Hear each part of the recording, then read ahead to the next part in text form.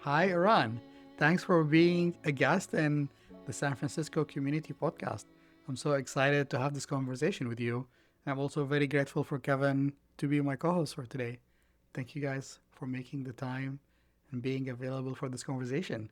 Yeah, thank you so much for having me. I've been looking forward to this for a while, and we're finally here. Yeah, we're very curious to hear your story. So maybe let's start with that. Tell us, who's Ahran? Oh my gosh. Well, I'm not going to give you the LinkedIn version because that shit is lame. I'm going to give Thank you, you. yeah, you're welcome. You welcome, listeners. How do I identify myself? I'm first and foremost a proud firstborn daughter of blue collar, hardworking immigrants. I'm a firstborn daughter, which has its own weight. I'm an artist. I've been an artist my entire life. Being a creative person, being in my creative expression and being in the process of that is how I know who I am. And in my adult life, I spent many, many years and continuing on transforming my trauma to treasure. I think it's birthright that we all go deep within ourselves and sit with the parts of ourselves that we don't like and understand that that's a lot of that is inherited, not inherent. And doing that work, the healing work, is a big part of how I see myself. Creativity, healing, and also leadership. And, I think when people say leadership, they kind of see like a suit and probably male, right? What does it look like for someone like me who is Korean American, who's outspoken, but also at times very soft and watery? What does leadership look like for someone like that? Someone who speaks extemporaneously, someone who curses a lot, someone who's goofy. What does leadership look like for her? So, creativity, healing, and leadership, I think those are the three pillars that really define Ahran. That is beautiful. I think transforming trauma to treasure, you should trademark that. I don't think I've heard those three words put in that context. You should totally go and trademark that today. That was beautiful. And one thing I've always appreciated about you, your intentionality in your words as well. I feel like this description comes from a deep place of self reflection and self understanding. And yeah, I think the word leadership can can be confusing and sometimes can be stigmatized, way that people may not step in for some untrue stories about what the word leadership and power usually means. So, I am I'm grateful to have an example of leadership that does not play in that way. And maybe you can tell me more about what do you think the relationship between leadership and power? How do you see that as a leader yourself? Oh, that's a big question. You just spoke to something that about me that I felt so seen in. You named how intentional I am with language. I am proudly bilingual. I speak fluently in Korean.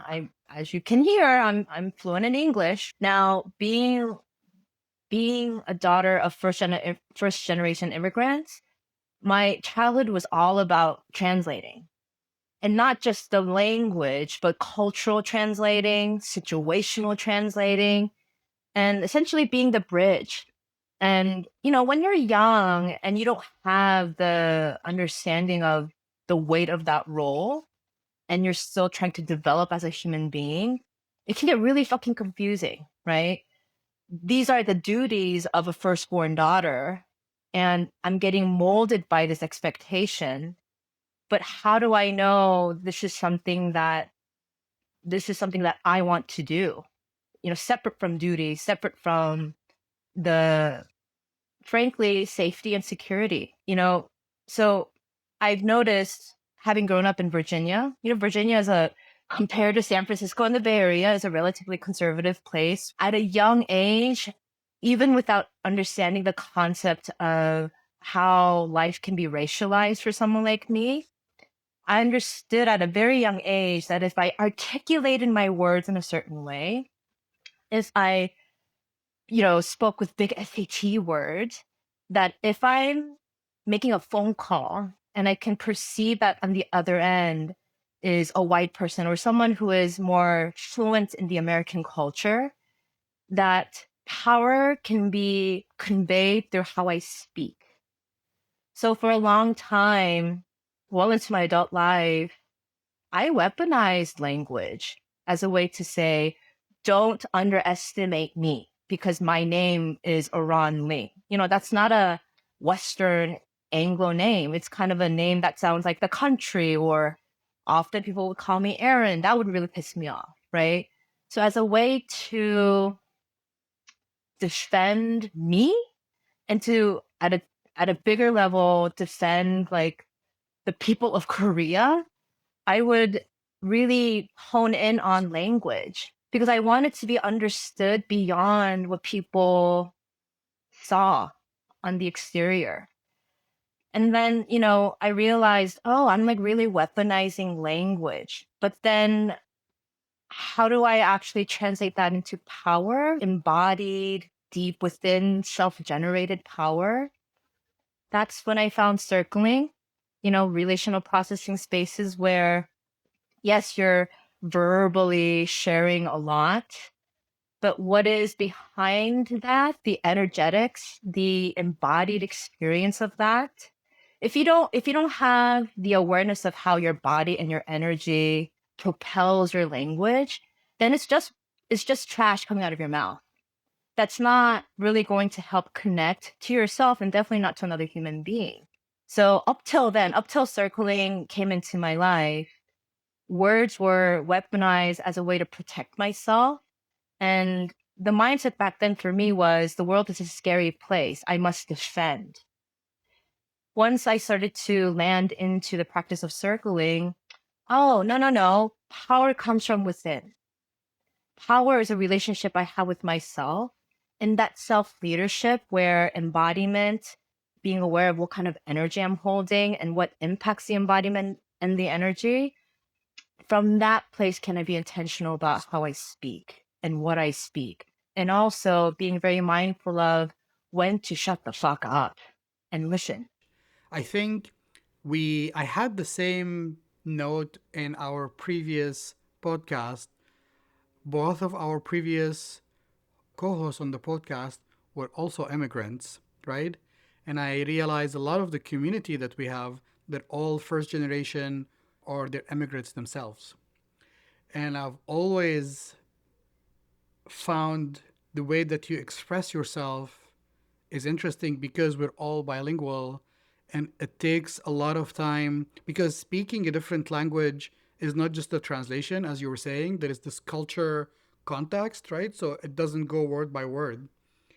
And like my curiosity is going to a place and ask you, do you think in your experience, have you noticed that if you know someone who's Korean, for example, would they show up in relating exercises differently if they speak in English, if they spoke English, or if they spoke Korean, for example?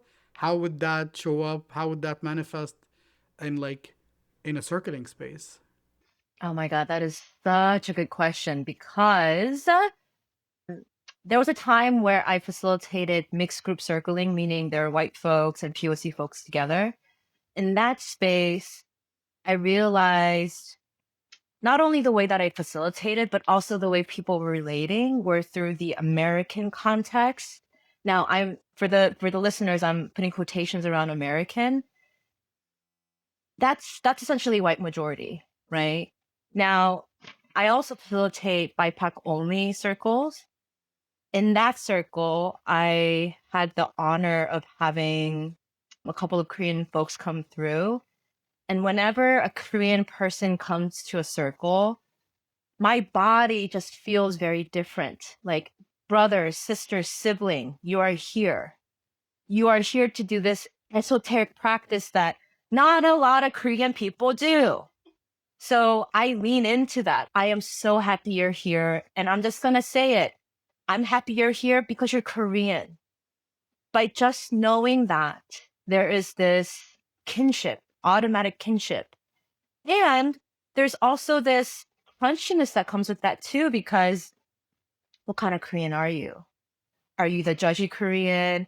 Are you a hippy dippy Korean? Are you conservative? Like you start to track, right? Out of safety. And so it's this complex place where we don't necessarily speak in Korean per se, but just knowing that there's another Korean human being in that circle already says so much without verbalizing it. I have a similar experience when I find someone from the Middle East. Doesn't have to be from Syria per se, but when there is someone from the Middle East, and we have a lot of Middle Eastern in our communities, they could be Persian, Syrian, Lebanese.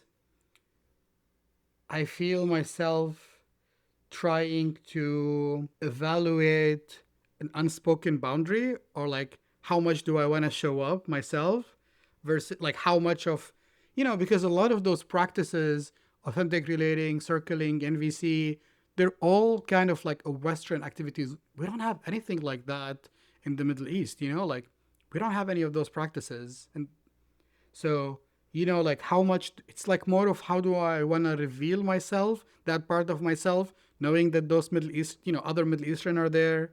And like, how much do I want to share? And are they going to accept me? Are they going to judge me, to your point?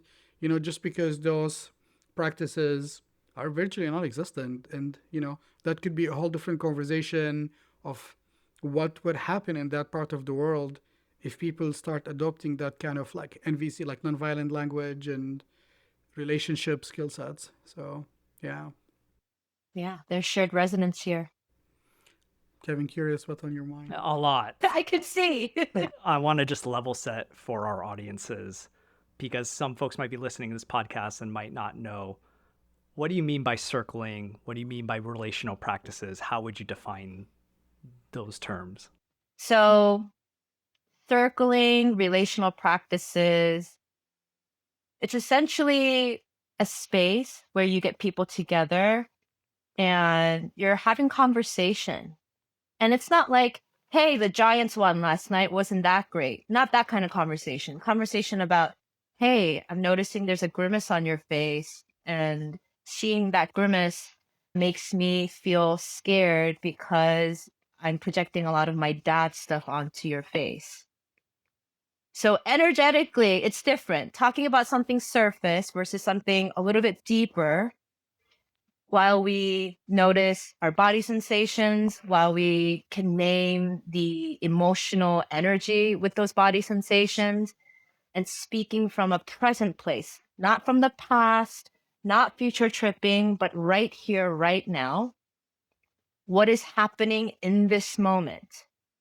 So, in circling, let's say, I'm noticing that you, Kevin, right now, you have your head tilted to the side and you have your head rested on your hand here. And I create an assumption that you're really present with me and you're really taking me in. And there's also like a thin layer, thin ribbon of what is she talking about? I'm trying to follow her. I hear her saying all these things and it sounds interesting, but it's not quite landing.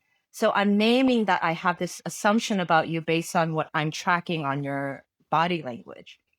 Now, when you received that, I imagine there was some feelings that came up because you giggled a bit based on what I shared.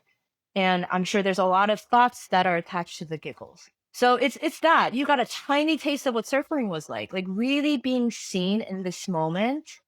I don't know your history, Kevin. I don't know what future dreams you have. But right here, right now, I'm feeling your presence and I'm tapping into my own experience and sharing what I see and notice about you. That versus the weather in the Bay Area. Am I right? Yeah, it was sunny today, like it always is. It's not quite, it's we're up here. but we're trying to go to the basement level where we don't often go. We're taught to be polite. We're taught to save face. We're taught to not hurt people's feelings at the expense of our truth telling. So when we're socialized this way, it's hard to know what do I actually feel? What do I actually think about this context, about this relationship, about this asshole right now, or about this lover that doesn't know that I have a crush on them? Circling and relational processing is really about the human dynamics in the present moment.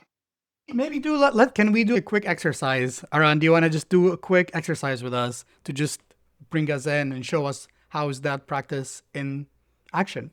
Okay, sure. So the way I teach circling to folks, there are 4 action verbs to circling. There's noticing, there's feeling, there's owning, and then there's desiring. Noticing is noticing the objective reality that we can all agree upon based on our senses. So for example, if we were in the same room, right? We're currently doing this over Zoom, but let's say we were in the same room and there was like a pungent smell of birthday cake, right? So I say, I noticed the smell of birthday cake. Or Kevin, you can say something like, I noticed that you have glasses on. Jill can maybe say, I noticed that we're all sitting on a cushion. These are all things that we can objectively agree upon through our senses. There is no controversy that we all have glasses on, right? So that's the noticing layer. The second layer is feeling. This is physical sensation and or emotion. Often, not always, usually, a physical sensation is attached to a feeling because we can feel something in our body and our minds create feeling about that sensation. So a really good example of that is if you didn't eat, you're probably irritable. You're probably like feeling grumbly in your belly. You're probably harsh in your throat, cranky, right? If I am afraid, my heart is probably beating fast. My hands tend to get clammy when I'm afraid, right? So that's the feeling layer. Now, noticing, no controversy, easy peasy. Feeling is a little deeper because we first have to locate a physical sensation and reveal an emotion that's attached to that physical sensation. The third layer is owning. Owning is what makes circling circling. Owning is usually an assumption, a judgment, projection. Yeah, a story that we weave about the other person or the group. So I have a story, Kevin, that you're really trying to understand, but a lot of this is just kind of words in this moment. I can tell that my story is that also that you're trying to be polite because you're trying to catch up, but this is just all words at this point. And sharing that, I notice I need to slow down. I'm feeling self-conscious because I'm talking so much in this moment, right? So I'm revealing a lot of judgments and assumptions about your experience, which then, if we're circling, you could respond to that and say, actually, Ahran, you're wrong. I know exactly what you're talking about. And I am catching up and fluff you. And now I'm angry because you assumed so much about me or whatever your experience was. So that part, the owning layer is really spicy because that's the part where we share things that we're told not to share. Those are the inside thoughts that we say out loud. Yeah. Now, the reason why it's so spicy is because that's the connective juice. If I can be vulnerable and speak from my experience, and from my experience, share the judgments that I have about you, so many amazing, crunchy, scary, pleasurable things can happen. Yeah. Now, the fourth layer is desiring. Desiring is naming a want, a need, an agenda. So I want us to talk more. I need you to slow down. I have an agenda to shit stir. Yeah. So we stack these layers in circling. And that is, so the noticing, the feeling, the owning, and the desiring, we stack all of that. And then we have conversations from that from those layers. When you say you stack that, what do you mean by that? Is one person going through each of the layers all at once and then somebody responds? Or can a person provide one of those layers and then everyone goes around? How does that process work? I mean, usually, ideally, all of that.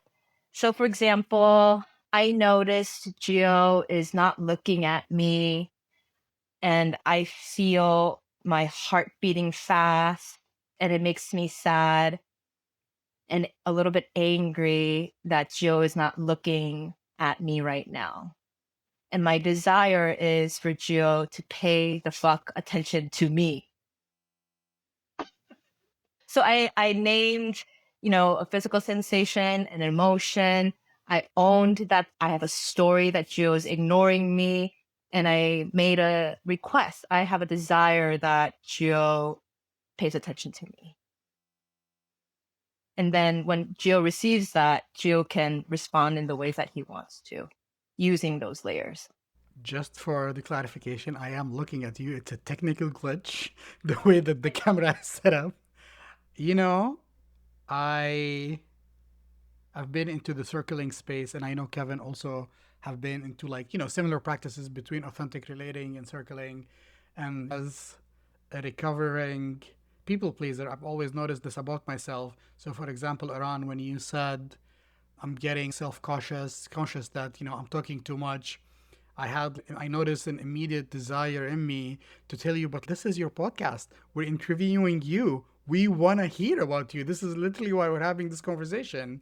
But also at the same time, what I've learned that sometimes it could be, I don't know, I don't think better is the right word, but maybe just accepting what is at that moment and letting it be instead of crushing and trying to comfort the person in that moment in that way. Let them be. This is again my story that, she's in pain or really discomfort, so I want to comfort her.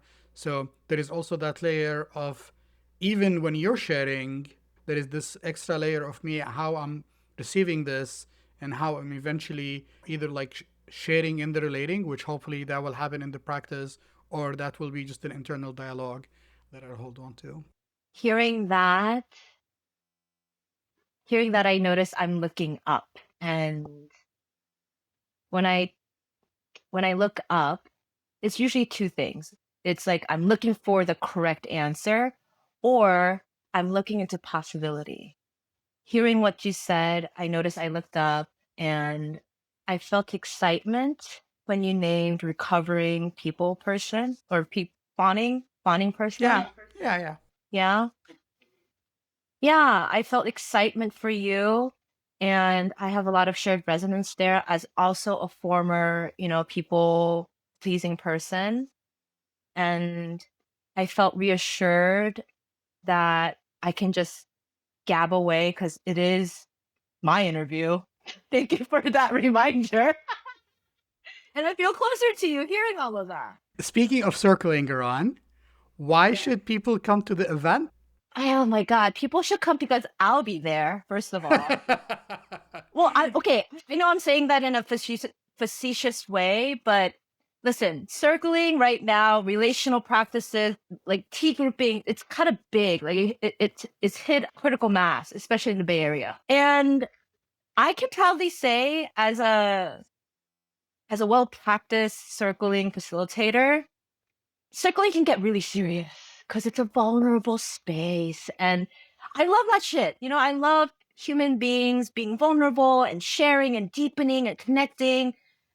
But it can also be playful. It can also be flirtatious, Like, who's to say that circling can't be both? So I can proudly say that as a circle facilitator, I ride both. I can go deep, be with you here, go to the depths of how I feel about you and, how I don't like you, and then get to some repairing place. And also just let's be flirtatious. What is that? What is that like? What parts of me get ignited when I'm playful and flirtatious with this woman or this non-binary person or this really handsome person that I've never met before?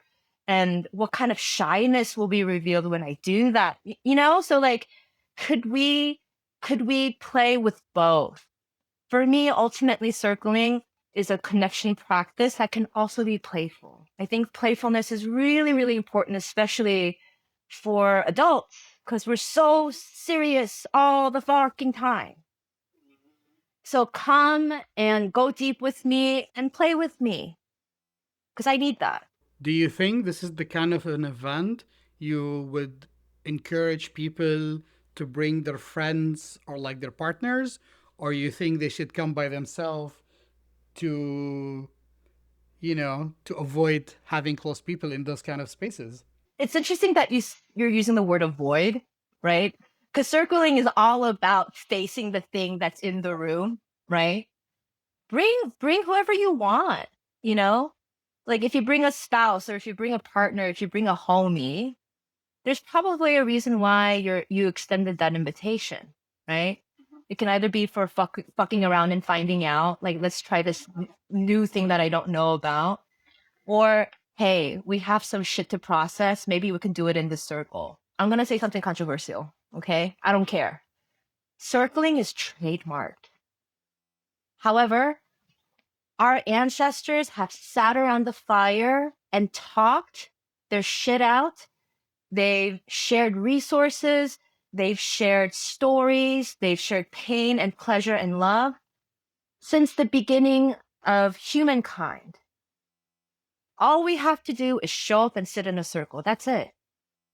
You don't need to bring anything else but an open heart and a willingness to try something different from the ordinary. Thank you. Yeah, just as a reminder, the event is Tuesday, October 28th at 7 o'clock at Heart Lab. I'll make sure to add all the details in the notes as well for the podcast. Okay, we're going to go through rapid fire questions. What's your favorite thing about being Korean? Oh man, getting to eat Korean food. What's your favorite restaurant in the Bay Area for Korean food?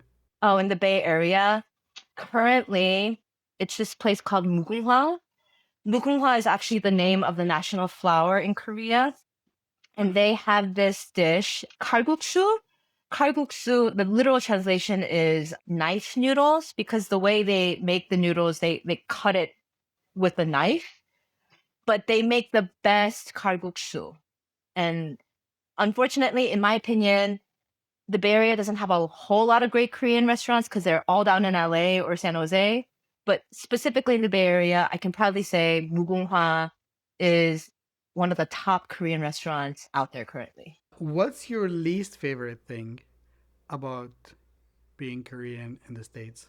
As proud as I can be about being a bridge person between Korean culture and whatever other culture, I often do find it difficult navigating. Like right now, like K-pop this, like the K-wave is huge, right?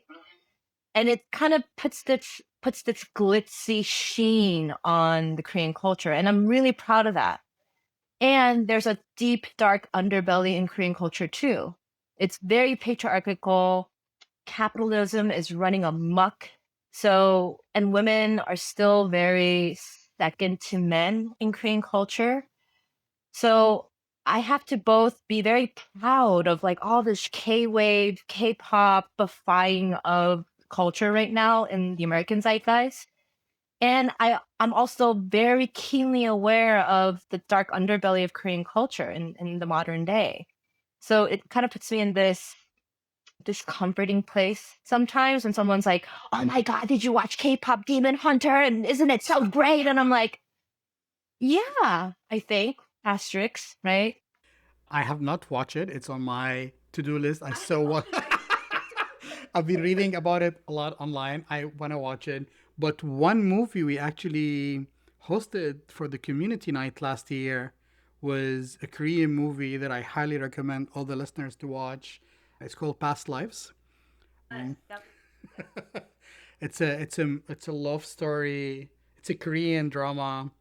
It's a love story. There's a lot of immigration and a lot of what ifs kind of questions in the movie. So highly recommended. Okay, I have one question, then I want to turn it to Kevin. What do you think of the Korean skincare propaganda? Propaganda is right. Propaganda is right. I mean, this is one example of how I feel very conflicted about being proud that these things have become so exceptional.